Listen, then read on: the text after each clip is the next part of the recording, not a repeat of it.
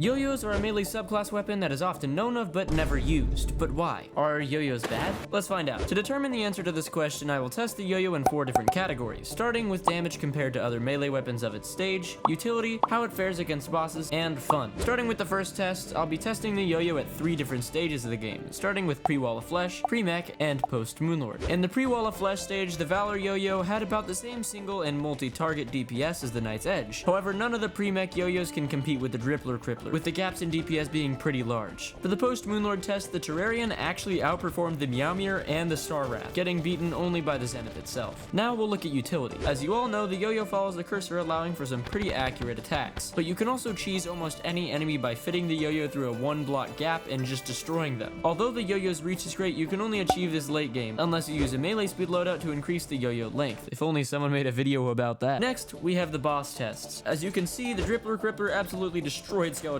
Prime in a matter of seconds, while the Gradient yo-yo ended up taking a much longer time to do so. At this point, it's not looking great for yo-yos. But are they fun to use? I mean, yeah. I think it's kind of funny to be flailing around a yo-yo to deal damage, but when it comes to visuals, it pales in comparison to the other weapons of its tier, especially the Terrorblade crafting tree weapons. Finally, after all these calculations, I know the answer to the big question. The answer obviously being maybe.